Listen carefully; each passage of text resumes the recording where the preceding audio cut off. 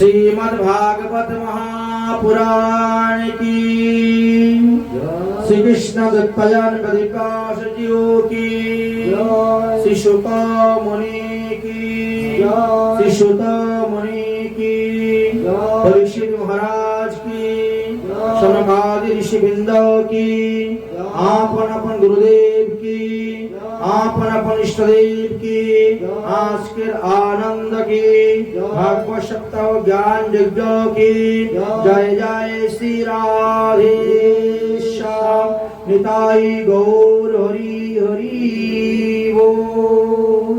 ओम नमो भगवते वासुदेवाय। श्रीमद्भागवतम महापुराणं प्रथम स्कंद प्रथमोध्याय यत मंगलाचरणम् जन्मादिसौ जतुजन्नवादितरतौ सुसारते वृजं सराटं तेनो ब्रह्मा ईराय आदि कवाये मुज्जन्ति यं सूरय तेजुवारी जलाव्रता भीमयं जत्रं तिसर्गहमेषा धमनं सेन सदा निरर्थकुहकं सत्यं परं धीमहि। श्रीमद्भागवत महापुराणे তিনটি স্থানে মঙ্গলাচরণ আছে। আমরা গতকালকে মাহাত্ম্য পাঠ করতে গিয়ে একটি মঙ্গলাচরণ পেয়েছি। আজকে ভাগবতের প্রথম স্কন্ধের প্রথম অধ্যায় আলোচনা করতে একটি মঙ্গলাচরণ পাওয়া গেল। আবার দ্বিতীয় স্কন্ধে যাওয়ার পরে সুখদেব গোস্বামী পাদ ভাগবতের মঙ্গলাচরণ করে গিয়েছেন, আরেকবার পাবেন মঙ্গলাচরণ। মঙ্গলাচরণ যে যখন পাঠ করেন তখনই মঙ্গলাচরণ শুরু করেন, মঙ্গলাচরণ না করে তো হয় না। কারণ মঙ্গলাচরণ দ্বারা কি হয়? বিঘ্ন বিনাশ হয়, ইষ্টদেবকে প্রণাম করা হয়। মঙ্গলাচরণের মধ্যে ত্রিবিধ বস্তু আছে। মঙ্গলাচরণ হয় ত্রিবিধ প্রকার: আশীর্বাদ, বস্তু নির্দেশ আর নমস্কার। এই একটা শ্লোকের মধ্যে সমস্ত ভাগবতের তত্ত্ব কথা লুকিয়ে আছে। এই শ্লোকটা ব্রহ্ম গায়ত্রী স্বরূপ।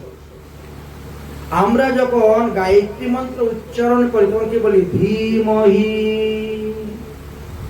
এখানেও দেখেন লেখা আছে সত্যম পরম ধীমহি। ব্যাসদেব বড় চিন্তাধারা করে মঙ্গলাচরণটা করেছেন। তিনি চিন্তা করলেন যে আমি মঙ্গলাচরণে যদি কৃষ্ণ নাম উচ্চারণ করি, কৃষ্ণ ভক্তরা বলে এটা আমাদের গ্রন্থ, রাম নাম উচ্চারণ করি তো রাম ভক্তরা বলে এটা আমাদের গ্রন্থ। এই জন্য তিনি কি বলে, সোজা কারো কিছু না বলে সত্যম, সত্যের বর্ণনা করেছেন। সত্যম পরম ধীমহি। সত্যব্রত সত্য পরম ত্রিসত্য সত্যশ্চ যোনির নিহিতশ্চ সত্যম। বললেন সত্যশ্চ সত্যমৃতম সত্যম নেত্রম সত্যাত্মকম তম শরণম প্রপন্না। শব্দের হচ্ছে সত্যই সত্য। তাই এখানে প্রণাম করেছেন। দ্বিতীয় শ্লোকে বলছেন এই ভাগবতটা কার জন্য? বলছেন এই ভাগবত হলো মাৎসর্যহীন সাধুদের জন্য। মাৎসর্য মানে কি? ঐশ্বর্য, মাৎসর্য।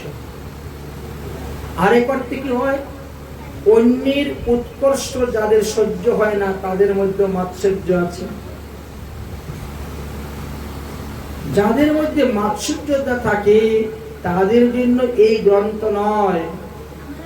এই গ্রন্থ হলো একেবারে মাৎসর্যহীন সাধুদের জন্য এই গ্রন্থ রচনা করেছেন। আমরা গতকালকে আলোচনা করেছিলাম যে নৈমিষারণ্যে সুতমুনি গিয়েছিলেন। সৌনকমণি প্রশ্ন করছেন, সুতমুনি উত্তর দিচ্ছেন। সেখান থেকে আমরা আরম্ভ করি। তাহলে সুতমুনি কে সৌনক ঋষি বলছেন, হে আয়ুষ্মান। যারা ছোট তাদেরকে আয়ুষ্মান বলা হয়, যারা বড় তাদেরকে পূজনীয়, আদরণীয় এইভাবে বলা হয়ে থাকে।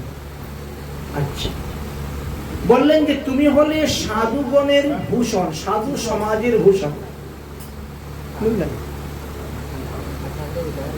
তুমি হলে সাধু সমাজের ভূষণ। এই কলিযুগের মানুষের পরমায়ু তো অত্যন্ত অল্প, তার মধ্যে আবার সাধন ভোজনে এদের কোনো রুচি নাই। বললেও তারা সাধন ভোজন করতে চায় না, প্রবৃত্তি নাই। অল্প বয়স, অল্প বুদ্ধি, অল্প আয়ু, সব মরে যায়। হ্যাঁ, আচ্ছা, তারা আবার নানা রকম বাধা বিঘ্নেরও জর্জরিত। আমাদের শাস্ত্রে তো অনেক অনেক মত পথের কথা বলে গিয়েছেন। গ্রন্থগুলো পড়লে পরে বোঝা যায় না যে কোনটা করলে পরে আমাদের মঙ্গল হইবে, কোনটা করলে আমাদের লাভ হইবে। তো আপনি তো সর্বশাস্ত্র বিশারদ, সর্বশাস্ত্র সম্পর্কে আপনার অভিজ্ঞতা আছে।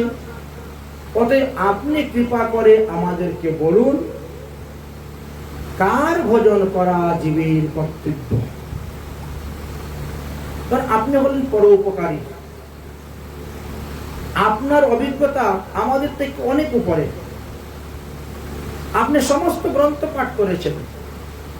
আচ্ছা, সব গ্রন্থের সার বস্তুটা কি সেটাই বলি, আপনি বলবেন। কারণ গুরুজন যারা, তারা স্নেহের পাত্র শিষ্যকে অতি গোপন হইতেও গোপনীয় বস্তু দান করে দেন। স্নেহের পাত্র কে দান করে দেন। হে প্রিয় সুত, ভগবান অজন্মা, এটা বেদে বলে গেছে। কিন্তু আমরা বিভিন্ন পুরাণের মধ্যে পাই যে যদুবংশদেরকে রক্ষা করার জন্য ভক্তবৎসল ভগবান কংসের কারাগারে দেবকীর গর্ভে জন্মগ্রহণ করেছেন। যার কারণে আমাদের মনের মধ্যে একটা সন্দেহ হয়ে যাচ্ছে। এক জায়গাতে বলছে ভগবান অজন্মা, উনি কোনো জন্মগ্রহণ করেন না। আরেক জায়গাতে বলছে যদুবংশদেরকে রক্ষা করার জন্য কংসের কারাগারে দেবকীর ঘরে জন্মগ্রহণ করেছেন। এখন কোনটা মানব, কোনটা সত্য, কোনটা মিথ্যা? আর দুটাই যদি সত্য হয়ে থাকে তো তার সিদ্ধান্তটা কি? আপনি কৃপা করে আমাদেরকে বলবেন। অবশ্যই এর আগে আমরা অনেকবার নারদ মুনির মুখের থেকে হরিকথা শুনেছি, কিন্তু হরিকথা শুনলেও আমাদের কর্ণ আর মন তৃপ্তি হয়। তাই আপনার মুখ থেকে আমরা হরিকথা শুনতে চাই। এমন হরিকথা বলবেন, এমন হরিলীলা বলবেন যাতে কান আর মন দুটাই তৃপ্ত হয়ে যায়। হৃদ কর্ণ রসায়নম কথা। আচ্ছা, আমাদের আরো একটি কথা, এই প্রকৃতির বশীভূত হয়ে মানুষ বারবার জন্মগ্রহণ করতেছে, বারবার মরতেছে, বারবার 84 লক্ষ যোনি ভ্রমণ করতেছে। এই 84 লক্ষ যোনি থেকে মুক্তি পাওয়ার যদি কোনো উপায় থেকে থাকে, তাহলে আপনি আমাদেরকে কৃপা করে বলবেন।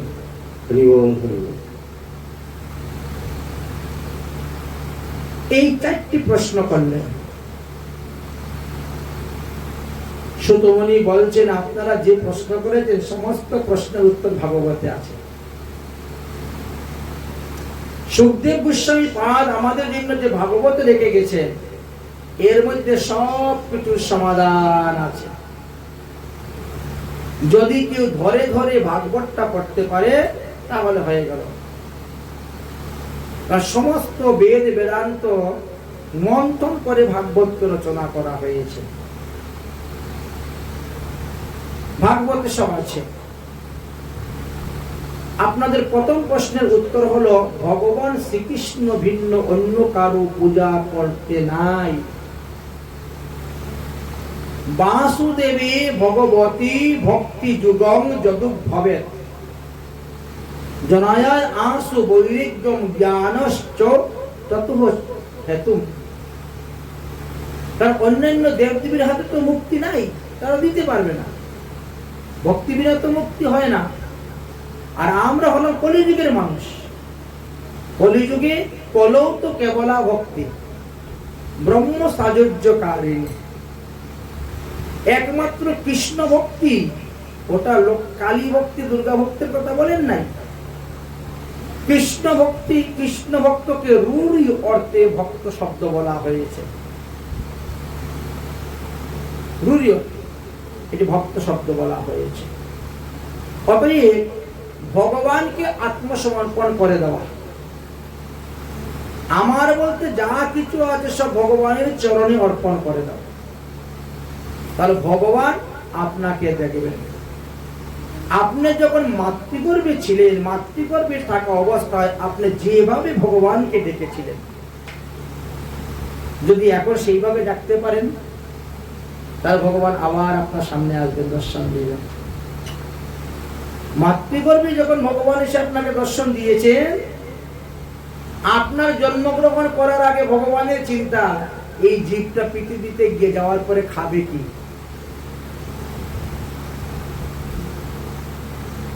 ভগবানের চিন্তা।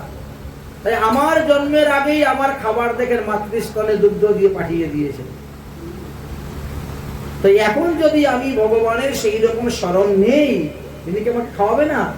তিনি আমাকে খাওয়া দিবে, তিনি আমাকে দেখবে, রাখবে, রক্ষা করবে, সবকিছু করবে। কিন্তু আমরা পৃথিবীতে আসার পর মায়ার কবলে কবলিত হয়ে আমরা ছেলে মেয়ে স্ত্রী পুত্র আত্মীয় স্বজন ইষ্টি কুটুম্বকে আপন বলে মনে করি, আর ভগবানকে মনে করি ওটা পর। উল্টা হয়ে যায়। কারণ আমাদের মধ্যে একটা জ্ঞান আসে কি, ভগবান থাকেন গোলক ধামে আর আমরা থাকি ভোলক ধামে। ওরে বাবা, কত দূর, লক্ষ লক্ষ কিলোমিটার দূর। এত দূর ডাকলে কি আর পৌঁছিবে? ডাকলে কি আর আসবে? তো কাছে যারা আছে এদের কি ভালোবাসার দরকার? এদেরকে ডাকলেই পাওয়া যাবে। এই জন্য ভগবানের সঙ্গে ভালোবাসা না করে আমরা মায়ের জীবের সঙ্গে ভালোবাসা করতে যাই। কিন্তু একবার আমরা লক্ষ্য করে দেখলাম না যে দ্রৌপদীর বস্ত্রহরণের পূর্ব মুহূর্তটা কি ছিল। তার একটা পঞ্চস্বামী ছিল তাকে রক্ষা করার জন্য। আচ্ছা, রাজারও তো দায়িত্ব, তার মধ্যে আবার কুলবধূ কত রকমের দেখেন। কুলগুরু পিতামহ ভীষ্মত প্রতিজ্ঞাবদ্ধ সর্বদা রক্ষা করে যাবেন কুরুবংশের সবাইকে। কই, কিছুই হলো না। নিজের শক্তির উপর নির্ভর করলেন, তাও হলো না। শেষে যখন ভগবানের শরণ নিলেন, তবে ভগবান থেকে নাচতে সময় নেই। কারণ আমরা সিদ্ধান্ত করি যেটা, এর থেকে আরো সুসিদ্ধান্ত আছে। আমার ছেলে মেয়ে আত্মীয় স্বজন ইষ্টি কুটুম্বটা যতটা আমাদের নিকটে আছে, তার থেকে বেশি নিকটে ভগবান আমাদের আছেন। কোথায় আছেন? ভগবান তোমার হৃদয়ে আছেন। উনি তো বেশি দূরে নাই, তিনি তো অন্তর্যামী রূপে আমার হৃদয়ের মধ্যেই বসে আছেন। তিনি তো ব্যষ্টি ভগবান বা সমষ্টি ভগবান, তিনি তো আমার সব থেকে নিকটের মধ্যে আছেন। কিন্তু আমরা বোঝার ভুল করি। ধর্ম অনুষ্ঠিত প্রমাণম, আমরা ধর্ম অনুষ্ঠান করতে গিয়ে অধর্ম অনুষ্ঠান করে ফেলি। বাস্তবে ধর্মের কি পরিভাষা, ধর্ম কাকে বলে তাই জানি না। ধর্ম করতে গিয়ে উপধর্ম, ছল ধর্ম, আবাস ধর্ম, কপট ধর্ম করে থাকে, যার কারণে আমরা ধর্মের যে প্রকৃত ফল সেটা আমরা লাভ করতে পারি না। তাই প্রতিটা জীবের কর্তব্য হলো হরিভজন করা, বিষ্ণু মন্ত্রে দীক্ষা গ্রহণ করা, ভগবান বিষ্ণুর আরাধনা করা।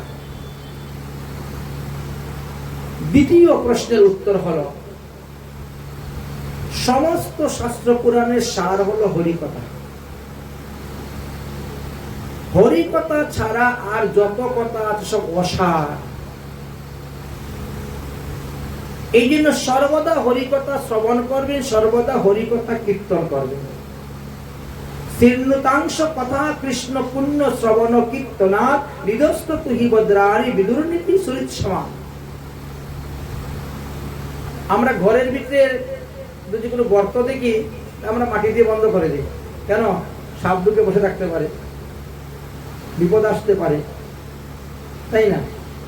ঠিক তেমনি ভাবে কানের গর্তকে যদি কেউ হরিকথা দিয়ে বন্ধ রাখতে পারে, তাহলে কিন্তু অনর্থরূপী সর্প তার দেহের মধ্যে ঢুকবে না আর তাকে নষ্ট করতে পারবে না। এই সিদ্ধান্ত দিলেন, তাই সর্বদা হরিকথা শ্রবণ করা। তৃতীয়ত বললেন, আপনি যে প্রশ্ন করেছেন ভগবানের অজন্মা বলা হয়েছে, তাহলে কেন শুনতে পান কংসের কারাগারে যদুবংশকে রক্ষা করার জন্য ভগবান জন্ম নিয়েছেন? বললেন যে এটি ব্যবহারিক অর্থে বোঝানোর জন্য বলা হয়েছে। বাস্তবে ভগবানের জন্ম নাই, মৃত্যু। তিনি অজনী সম্ভবা। ভগবানের হলেন আবির্ভাব এবং তিরুভাব। তিনি তো যুগমায়ের দ্বারা মাতৃগর্ভটাকে বায়ু দ্বারা পূর্ণ করে রেখে দেন। যথাসময়ে বায়ুটা নিঃসৃত হয়ে যায়, তিনি ছোট্ট শিশুরূপ, সদ্যজাত শিশুর রূপ ধারণ করে প্রকট হয়ে যান। কেন প্রকট হন? ভক্তদেরকে আনন্দ দান করার জন্য। বলছেন, ভক্ত বিনোদার্থম মে করমি বিবিধ ক্রিয়া। ভক্তদেরকে আনন্দ দান করার জন্য ভগবান মনুষ্য দেহ ধারণ করে আসেন। এসে কি করেন? নিজে আচরণ করে শিক্ষা দিয়ে যান। আমি এই আচরণ করে যাচ্ছি, তোমরাও তাই করো। ভগবান যুগে যুগে এসেছেন, গুরুকরণ করেছেন, সদ্গুরু চরণাশ্রয় করেছেন, সাধন করেছেন, ভজন করেছেন, উপনিষদ পাঠ করেছেন, বিভিন্ন গ্রন্থাদি পাঠ করেছেন, বেদ পাঠ করেছেন, গুরুকুলে বাস করেছেন, গুরু সেবা করেছেন, আরম্ভ করে সবকিছু স্বয়ং তিনি দেখিয়ে দিলেন ভক্তদেরকে। আপনাদের চতুর্থ প্রশ্ন হলো, 84 লক্ষ জনির থেকে মুক্তি পাওয়ার একমাত্র উপায় হলো হরিভজন। কৃষ্ণ মন্ত্রে দীক্ষা গ্রহণ করার সঙ্গে সঙ্গে 5 প্রকার মুক্তি ভক্তদের করতলগত হয়ে যায়, হাতের মুঠের মধ্যে এসে যায়। কিন্তু দীক্ষা গ্রহণ করে দীক্ষা ঠিক রাখতে পারে কজনে? দীক্ষা তো নেই, বিভিন্ন স্থানে দীক্ষা নিচ্ছেন, বিভিন্ন স্থানে দীক্ষিত হচ্ছেন, কিন্তু বাস্তবে ওটা দীক্ষা হচ্ছে কি না সেটাও তারা বিচার করে না। আর যদি প্রকৃত দীক্ষা কারু হয়েও থাকে, তো সেটারও মর্যাদা দেয় না, সেটাও পালন করে না ঠিক মতো। ভগবান বলছেন, আর যদি না করিস সব দায় মোর। দীক্ষাতে কি হয়? পুনর্জন্ম হয়। দীক্ষার দ্বারা দ্বিজত্ব প্রাপ্ত হওয়া যায়। যারা সদাচার পালন করেন, ভগবানের প্রসাদ গ্রহণ করেন, সম্প্রদায়ের অন্তর্ভুক্ত সদ্গুরুদেবের চরণাশ্রয় করেছেন, পরে বিষ্ণু মন্ত্রে দীক্ষা গ্রহণ করে বৈষ্ণব হয়েছেন, সবাই ব্রাহ্মণ, দ্বিজত্ব প্রাপ্ত হয়ে গেছে, সবাই দ্বিজ। জবাল উপনিষদ নামে একখানা গ্রন্থ আছে, তিনি বলছেন যে জন্মসূত্রে কেউ ব্রাহ্মণ হয় না। জন্মনাং জায়তে শূদ্র। যখন আপনি জন্মগ্রহণ করলেন তখন আপনি শূদ্র সমতুল্য। একটু বড় হলেন, আপনাকে উপনয়ন সংস্কার করানো হলো। জন্মনাং জায়তে শূদ্র সংস্কারং দ্বিজোচ্যতে। সংস্কার করানো হলো, আপনি দ্বিজত্ব প্রাপ্ত হলেন। তারপরে কি করলেন? বেদ বেদান্ত অধ্যয়ন করলেন। বেদ পাঠিক ভবেত বিপ্র, এবার আপনি বিপ্র হয়ে গেলেন। আর যখন আপনি ব্রহ্মকে জানতে পারলেন, পরম ব্রহ্ম অনাদির আদি গোবিন্দকে জানতে পারলেন, ব্রহ্ম জানাতি ইতি ব্রহ্মণ। তো কোন বৈষ্ণবরা ব্রহ্মকে না জানিয়ে বলেন তো এই রাস্তা ধরেছে? তারা ব্রহ্মকে জেনেছে বলে তারা সমস্ত জগৎ ব্রহ্মময় দেখে। এই জন্য কাউকে হিংসা করে না, কাউকে নিন্দা করে না, কাউকে বধ করে না, কাউকে হত্যা করে না, কাউকে দুঃখ দেয় না। সর্বঘটে ভগবান আছেন এই জানিয়ে সবাইকে সম্মান দেন। জীবে সম্মান দিবে জানি কৃষ্ণ অধিষ্ঠান। এটা একমাত্র বৈষ্ণব ধর্মের মধ্যেই পাবেন, আর কোথায় পাবেন না। অতএব দীক্ষা মন্ত্রের দ্বারা দ্বিজত্ব প্রাপ্ত হওয়া যায়, ব্রাহ্মণত্ব লাভ করা যায়, পুনর্জন্ম লাভ করা যায়। ভগবান বলছেন দীক্ষার আগে তুমি যা কিছু করেছ সব আমি নিয়ে নিলাম। দীক্ষাকালে ভক্ত করবে আত্মসমর্পণ, অতএব কৃষ্ণ তাকে করেন আত্মসম। ভগবান যে আত্মসম করলেন, পরে বললেন কি, আমি তোমার পূর্ব সব পাপ নিয়ে নিলাম। কত জন্ম? কোটি জন্মের। হরিবল হরিবল। বলছেন কোটি জন্মের যত পাপ আছে তোর, আর যদি না করিস সব দায় মোর। আমি নিয়ে নিলাম পাপ আমি ভোগ করব, তোমাকে ভোগ করতে হবে না। ভক্তের প্রারব্ধ কর্ম ভগবান নিয়ে নেন। এই সামনে আসছে না জগন্নাথের রথযাত্রা। আচ্ছা, রথযাত্রার আগে কি হয়? 15 দিন জগন্নাথের দর্শন হয় না। ওই অমাবস্যায় স্নান হয়, আর স্নানের পরে জগন্নাথের জ্বর এসে যায়। একেবারে অমাবস্যার থেকে স্নান হইলো আর ঢুকলো, জ্বর উঠলো, একেবারে 15 দিন পাচন তৈরি করে খাওয়ানো হয়, রাখা হয়। পূর্ণিমা গেল, এবার নবযৌবন সুস্থ হয়ে উঠলে তারপরে দ্বিতীয়াতে রথ টানা শুরু হয়ে গেল, তাই তো। এই 15 দিন কি করেন? ভক্তের প্রারব্ধ কর্ম মাথায় নিয়ে ভোগ করেন। রঘু নামে এক ভক্ত ছিলেন ভগবান। সেই রঘু ভক্তের প্রারব্ধ কর্ম এসেছিল। জগন্নাথ স্বয়ং গিয়েছিলেন তাকে শৌচাদি করানোর জন্য। মানে এত রোগ হয়েছে, উঠে গিয়ে শৌচ করার ক্ষমতা নাই, বিছনার মধ্যে মলমূত্র ত্যাগ। ভক্তের দুঃখ দেখে ভগবান বলছেন, যা তোর প্রারব্ধ কর্ম আমি নিয়ে নিচ্ছি, মাথায় নিয়ে ভোগ করবো, তুই সুস্থ থাক। তো ভগবানের ভক্ত হতে বলে ভগবান ভক্তের প্রারব্ধ কর্ম পর্যন্ত নিয়ে নেন। ভাগবত সিদ্ধান্ত অনুসারে বললেন, যারা প্রকৃত ভক্ত বৈষ্ণব, তারা কিন্তু প্রারব্ধ কর্ম ভোগ করার জন্য পৃথিবীতে আসে নাই। ভগবান তাদেরকে পাঠিয়েছেন ভাগবত ধর্ম, বৈষ্ণব ধর্ম প্রচার প্রসার করার জন্য। এই জন্য মহাপ্রভু দেখেছেন, নিচ শূদ্র দিয়া করেন ভক্তির প্রচার। তাদেরকে দিয়ে ভক্তির প্রচার করে দেখিয়ে দিয়েছেন ভক্তের। সুতরাং এই 4টি প্রশ্নের উত্তর আপনারা পেলেন। এত ভিন্ন আর যদি কিছু জানতে চান আপনারা কৃপা করে বলুন। সৌনক মুনি বললেন, হে সুত, আমরা শুনেছি ভগবানের নাকি অনন্ত অনন্ত অবতার। অনন্ত অনন্ত অবতারের মধ্যে কটি মুখ্য অবতারগুলো আমাদেরকে বলুন। সুতমুনি বলছেন, অনন্ত অবতার কৃষ্ণের নাহিক গণন, শাখা চন্দ্রের ন্যায় করব দিগদর্শন। দিগদর্শন হতে বলতেছি। ভগবানের প্রথম অবতার হলেন সনক কুমার, সনন্দ, সনাতন আর সনক। এই চতুর্শন ব্রহ্মার পুত্র, মানুষ পুত্র রূপে অবতীর্ণ হয়েছিলেন। ওটা ভগবান শ্রীকৃষ্ণেরই অংশ অবতার। কেন? ব্রহ্মচর্য পালন করা শিক্ষার জন্য, ভজন করার জন্য। দ্বিতীয়তে ভগবান বরাহ রূপে অবতীর্ণ হয়েছিলেন পৃথিবীকে রসাতল থেকে তোলার জন্য। তৃতীয় অবতার ভগবানের নারদ। তৃতীয় অবতার হলেন ভগবানের নারদ মুনি। চতুর্থ অবতার ধর্ম পত্নী মূর্তি দেবীর গর্ভে নর নারায়ণ রূপে ভগবান অবতীর্ণ হয়েছিলেন। পঞ্চম অবতার হল কর্দম ঋষি, পত্নী দেবহূতির গর্ভে কপিল ভগবান রূপে।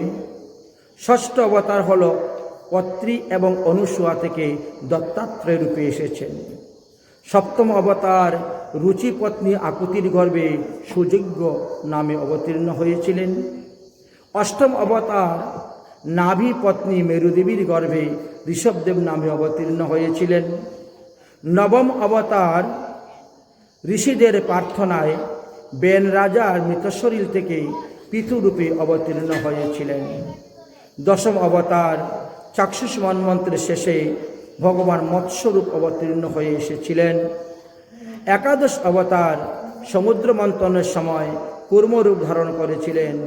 দ্বাদশ অবতার ধন্বন্তরী মূর্তিরূপ ধারণ করে অমৃতের কলস নিয়ে এসেছিলেন। ত্রয়োদশ অবতারে মোহিনী রূপ ধারণ করে তিনি এসেছিলেন দেবতাকে অমৃত পান করানোর জন্য, দৈত্যদেরকে মোহিত করার জন্য। চতুর্দশ অবতারে ভক্ত প্রহ্লাদকে রক্ষা করার জন্য নরসিংহ রূপে এসেছিলেন। পঞ্চদশ অবতারে বামন রূপে অবতীর্ণ হয়েছিলেন বলি রাজার নিকট থেকে রাজ্য নিয়ে ইন্দ্রকে দান করার জন্য। ষোড়শ অবতারে ভগবান পরশুরাম রূপে অবতীর্ণ হয়েছিলেন 21বার ক্ষত্রিয় বংশকে নাশ করার জন্য। সপ্তদশ অবতারে ভগবান এক অংশে কৃষ্ণদেবপায়ন বেদব্যাস রূপে অবতীর্ণ হয়েছিলেন বেদের শাখা নির্ণয় করার জন্য। অষ্টাদশ অবতারে দশরথের পুত্র ভগবান রামচন্দ্র রূপে এসেছিলেন। ঊনবিংশ অবতারে ভগবান এসেছিলেন বলরাম রূপে, আর বিংশ রূপে যুগে এসেছিলেন ভগবান কৃষ্ণ রূপে। 21 নম্বর অবতার একবিংশ অবতারে ভগবান বুদ্ধদেব রূপে অবতীর্ণ হইবেন, আর দ্বাবিংশ অবতারে ভগবান কল্কি রূপে অবতীর্ণ হইবেন। এই 22টি অবতারের কথা যখন বললেন তখন শৌনকাদি ঋষিগণ বলছেন, আমরা তো শুনেছি ভগবানের 24টি অবতার, মুখ্য 24টি অবতার, তো আপনি 22টি অবতারের কথা বললেন, আর বাকি 2টি অবতার কি কি ছিল? বললেন যে দেখো, বাকি 2টি অবতার, এক হলো হংস অবতার আর এক হলো হয়গ্রীব অবতার। হংস অবতার রূপে ভগবান এসেছিলেন। কোনো এক সময় ব্রহ্মা সৃষ্টিকার্য করতে করতে তিনার মাথা এত বিভ্রান্ত হয়ে গিয়েছিল যে চতুর্ষণগুলা ধর্ম সম্বন্ধে প্রশ্ন করা সত্ত্বেও তিনি যথার্থ উত্তর দিতে পারছেন না, যার কারণে তিনি ভগবানের চরণে শরণাপন্ন হয়েছিলেন। ভগবান তখন হংসরূপ ধারণ করে এসে তাদের সেই প্রশ্নের উত্তর দিয়েছিলেন। আর আরেকবার ভগবান হয়গ্রীব রূপ অবতীর্ণ হয়েছিলেন, অর্থাৎ শরীরটা মানুষের মতো ছিল আর মাথাটা ছিল ঘোড়ার মতন।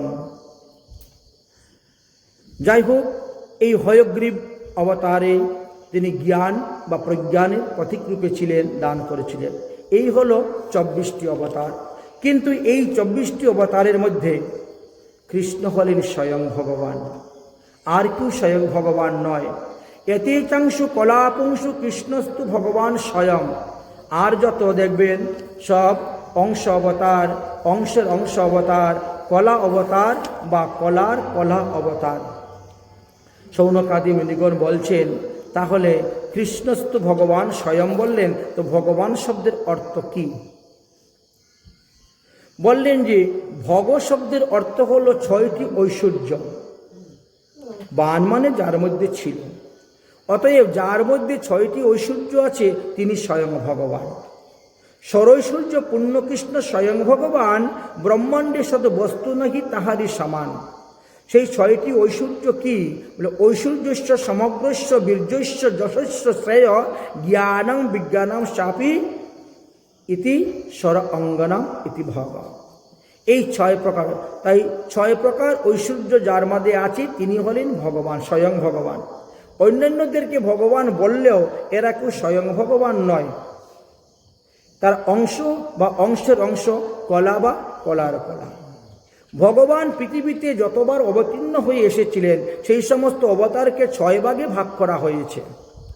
এক হলো পুরুষ অবতার, এক হলো লীলা অবতার, এক হলো গুণ অবতার, এক হলো মন্মন্ত্র অবতার, এক হলো যুগ অবতার, আর এক হলো শক্তি আবেশ অবতার।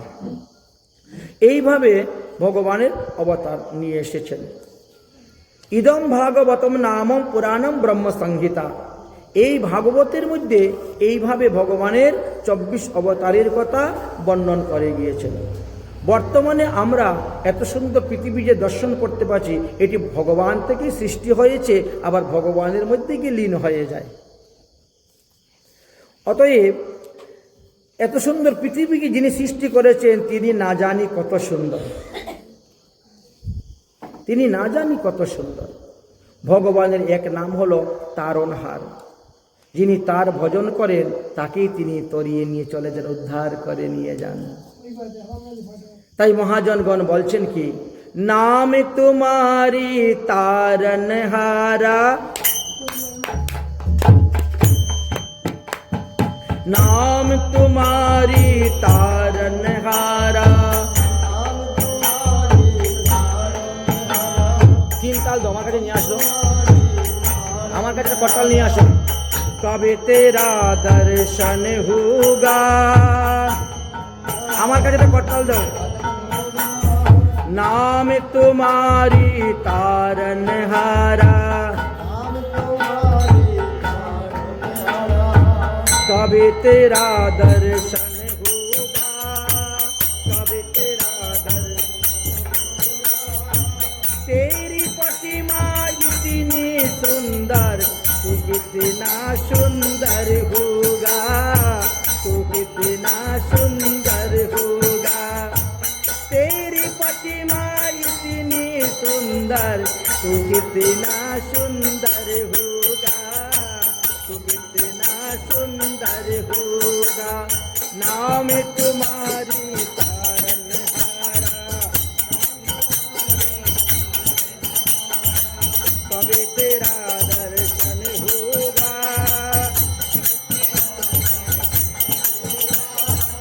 तेरी प्रतिमा इतनी सुंदर, तू कितना सुंदर होगा, तू कितना सुर नर मुनि गण जिन चरणन में निश दिन ध्यान लगाती है, जिन चरणन में निश दिन ध्यान लगाती। सुर नर मुनि गण जिन चरणन में निश दिन ध्यान लगाती है, निश दिन ध्यान लगाती।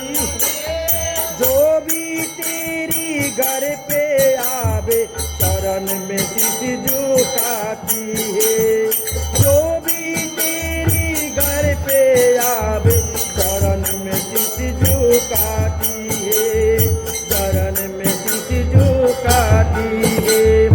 अपने जी को पाने हेतु, अपने जी को पाने हेतु गीतों का सरगम होगा, अपने जी को पाने हेतु गीतों का सरगम होगा। तेरी प्रतिमा इतनी सुंदर, तू कितना सुंदर होगा।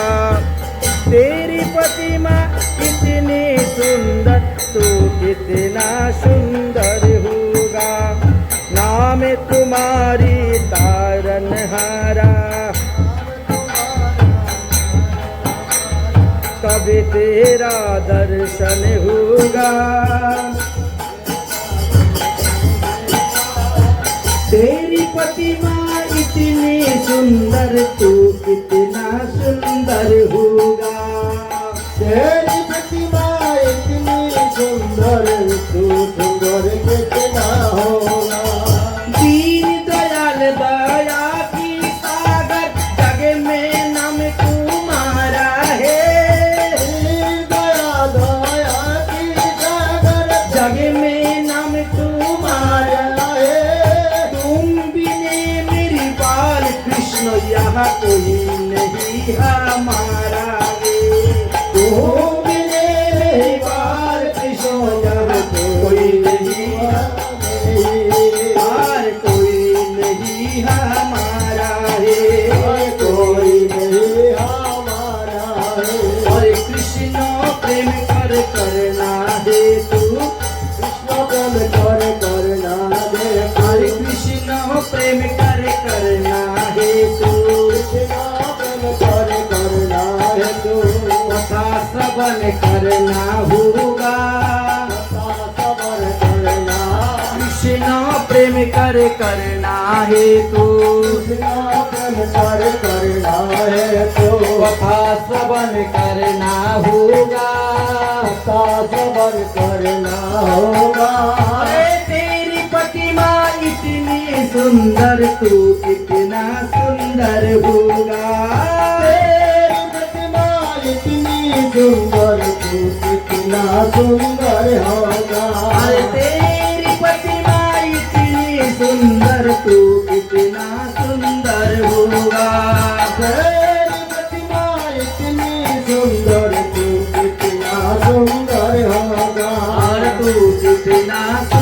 अरे तू कितना